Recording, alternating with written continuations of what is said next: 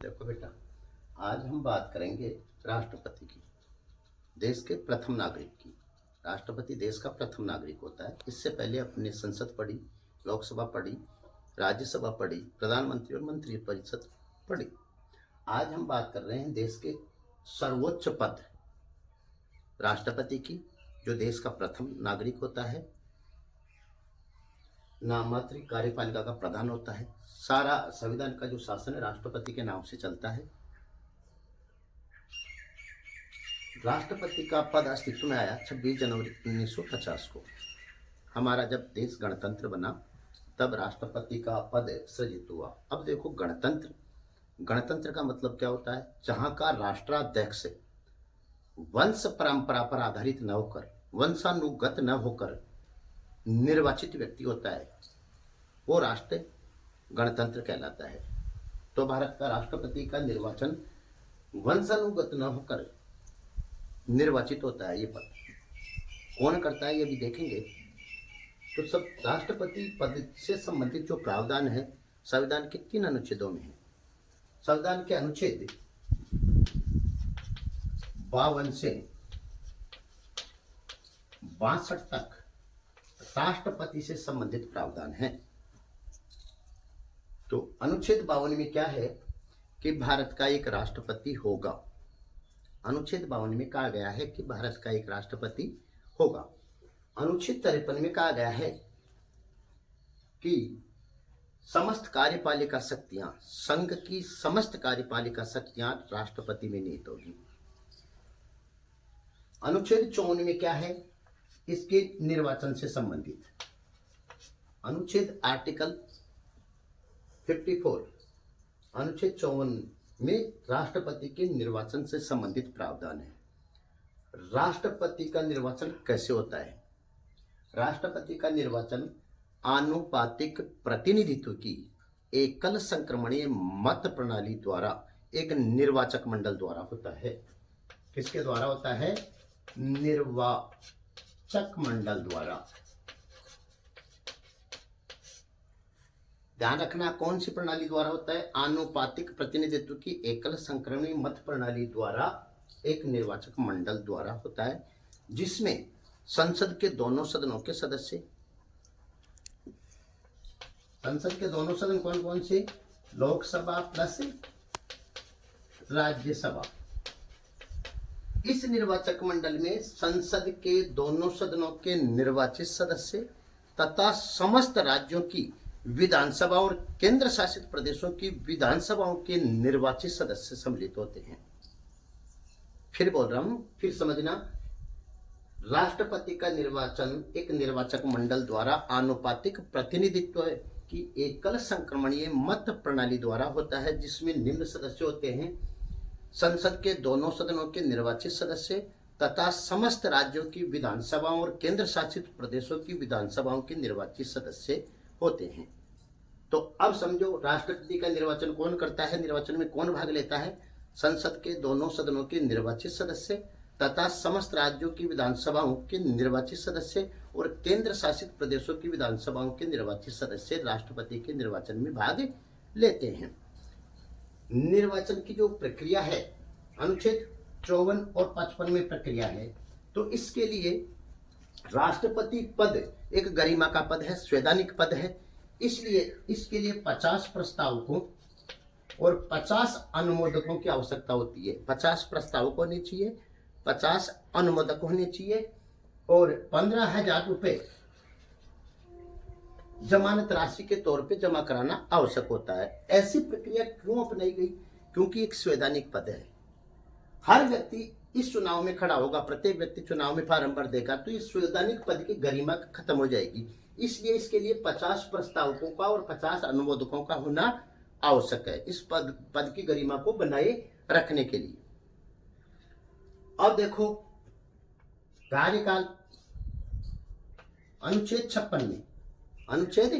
56 में राष्ट्रपति कार्यकाल से संबंधित प्रावधान है। राष्ट्रपति का कार्यकाल 5 वर्ष होगा। पद ग्रहण करने की तिथि से 5 वर्ष तक। इससे पूर्व ये स्वयं त्याग पत्र दे सकता है। स्वयं त्याग पत्र देगा तो किसको देगा? उपराष्ट्रपति को। इससे पूर्व ये स्वयं त्याग पत्र दे सकता है, मृत्यु होने पर और महाभियोग लगाकर इसको पदमुक्त किया जा सकता है। 3 प्रक्रियाओं से कार्यकाल 5 वर्ष होगा। 5 वर्ष से पूर्व ये तो स्वयं त्याग पत्र देगा, जो किसको देगा? उपराष्ट्रपति को। मृत्यु होने पर पद रिक्त माना जाएगा और महाभियोग लगाकर इसको पदमुक्त किया जा सकता है। ठीक है, ये हो गया। अब पुनः निर्वाचन किस अनुच्छेद में है? अनुच्छेद 57 में। एक बार व्यक्ति राष्ट्रपति बनने के बाद पुनः निर्वाचित हो सकता है। ऐसी कोई प्रतिबंध नहीं है कि एक बार बनने के बाद दोबारा नहीं बन सकता, बार बार बनाया जा सकता है। तो ये शक्ति अनुच्छेद 57 में पुनः निर्वाचित होने की शक्ति। देखो, अब करते हैं योग्यताओं की बात। अनुच्छेद 58 में राष्ट्रपति पद के लिए एक व्यक्ति में कौन सी योग्यताएं होनी चाहिए? पहली होनी चाहिए वो भारत का नागरिक होना चाहिए, उसकी आयु कम से कम 35 वर्ष हो। नंबर 2, 35 वर्ष आयु होनी चाहिए। नंबर 3 जो मुख्य है, लोकसभा का सदस्य बनने की योग्यता रखता हो, लोकसभा का सदस्य बनने की योग्यता रखता हो। और चौथी है, सरकार के अधीन लाभ के पद पर कार्य नहीं करता हो। ये इसकी 4 योग्यताएं हैं। अब वेतन और भत्ते अनुच्छेद 59 में राष्ट्रपति को भारत की संचित निधि से वेतन और भत्ते दिए जाते हैं। इनका मासिक वेतन है 5 लाख रुपए और अन्य फैसिलिटीज, राष्ट्रपति भवन, नौकर चाकर, बिजली वगैरह जो भी फैसिलिटीज है वो दी जाती है। शपथ। वेतन भत्तों में एक चीज और देखो, वेतन भत्तों में कोई अलाभकारी, जब तक ये पद पर कोई अलाभकारी परिवर्तन नहीं किया जा सकता, कटौती नहीं की जा सकती। अब देखो शपथ, राष्ट्रपति सर्वोच्च न्यायालय के मुख्य न्यायाधीश के समक्ष शपथ लेता है। मुख्य न्यायाधीश की अनुपस्थिति में वरिष्ठ न्यायाधीश के समक्ष शपथ लेता है। तो राष्ट्रपति को शपथ कौन दिलाता है? सर्वोच्च न्यायालय का मुख्य न्यायाधीश। अब देखो इसकी मुख्य प्रक्रिया महाभियोग। शपथ 60 में और महाभियोग अनुच्छेद 61 में। महाभियोग की प्रक्रिया अनुच्छेद 61 में।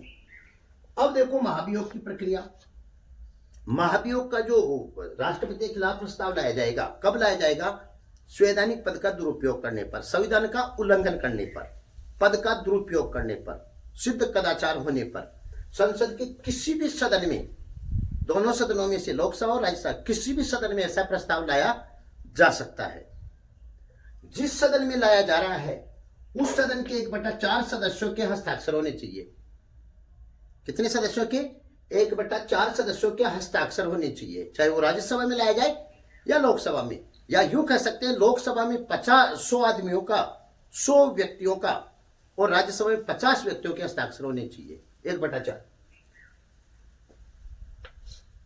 1/4 सदस्यों के हस्ताक्षर होने आवश्यक है। ऐसी सूचना राष्ट्रपति को 14 दिन पूर्व दी जाएगी कि आपके खिलाफ महाभियोग का प्रस्ताव लाया जा रहा है।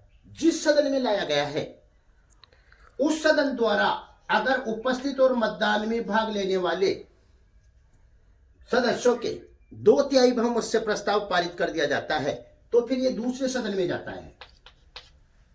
दूसरा सदन इसकी जांच करता है। वह राष्ट्रपति खुद उपस्थित हो सकता है, उसका कोई प्रतिनिधि उपस्थित हो सकता है। दूसरा सदन भी अगर अपने उपस्थित और मतदान में भाग लेने वाले सदस्यों के 2/3 बहुमत से प्रस्ताव पारित कर देता है तो राष्ट्रपति को पदमुक्त माना जाता है। तो ये महाभियोग की प्रक्रिया। महाभियोग की प्रक्रिया जटिल प्रक्रिया है, ढंग से समझ लेना। जिस सदन में महाभियोग का प्रस्ताव लाया जा रहा है उस सदन के 1/4 सदस्यों के हस्ताक्षर होने चाहिए और जिस सदन में लाया गया उसके उपस्थित और मतदान में भाग लेने वाले सदस्यों के 2/3 बहुमत से प्रस्ताव पारित हो जाता है तो ये द्वितीय सदन में जाता है और द्वितीय सदन इसकी जांच करता है और उपस्थित और मतदान में भाग लेने वाले सदस्यों के 2/3 बहुमत से प्रस्ताव पारित कर देता है तो राष्ट्रपति को पदमुक्त माना जाता है। ठीक है, समझ में आ गया। अब देखो अनुच्छेद 62 में, अनुच्छेद 62 में इसके समय पर चुनाव कराने से संबंधित प्रावधान है। इस प्रकार आपने राष्ट्रपति को देखा। अनुच्छेद 52 से 62 तक जो संबंधित प्रावधान है वो आपके समझ में आ गए होंगे। ठीक है।